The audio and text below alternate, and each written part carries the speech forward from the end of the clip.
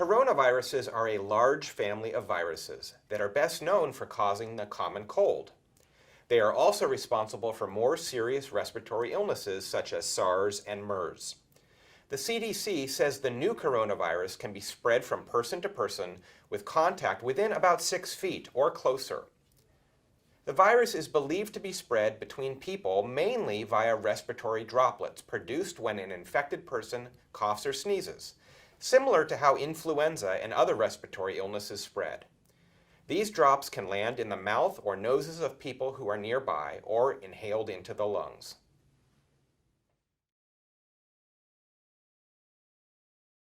While it can be scary to hear about the new coronavirus, according to public health authorities, the health risk to people in the United States is considered low at this point. For perspective, 15 million people have contracted influenza in the U.S. during the current flu season, resulting in 140,000 hospitalizations and more than 8,000 deaths.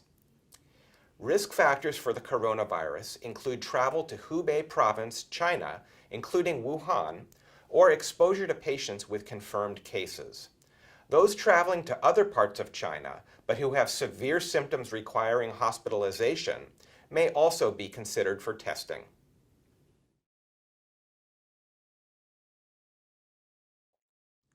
The most common symptoms of the novel coronavirus are fever, cough, shortness of breath, and breathing difficulties.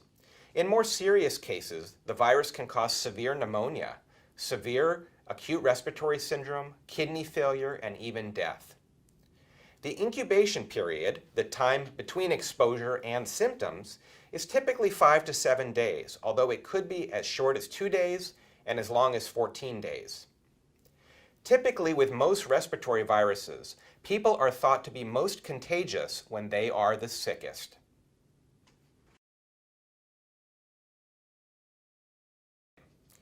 Doctors focus on treating the symptoms associated with the illness based on the patient's specific condition.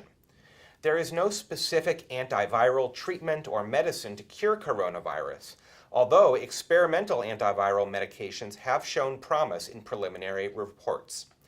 A vaccine is being developed, but it may not be available for clinical use for some time.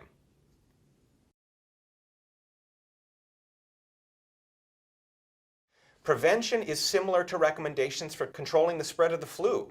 Wash your hands often with soap and water, cover your nose and mouth with your sleeve, not your hands, when sneezing and coughing, and avoid close contact with anyone showing signs of a respiratory illness.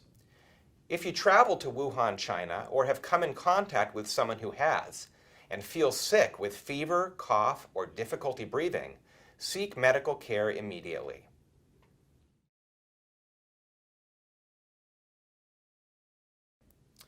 I've heard a lot of myths about the coronavirus.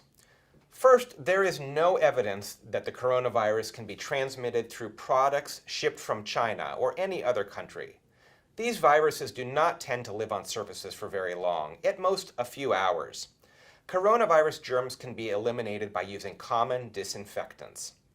While some coronaviruses have been linked to animals such as camels, there is no evidence that household pets such as cats, dogs, or birds can transmit this novel coronavirus.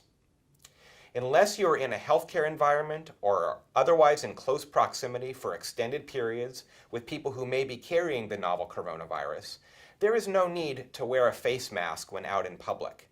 In fact, it might be counterproductive. So, if you are sick, what are some things you should do? Well, first, stay home except to get medical care. Don't go out in public where you could potentially infect other people.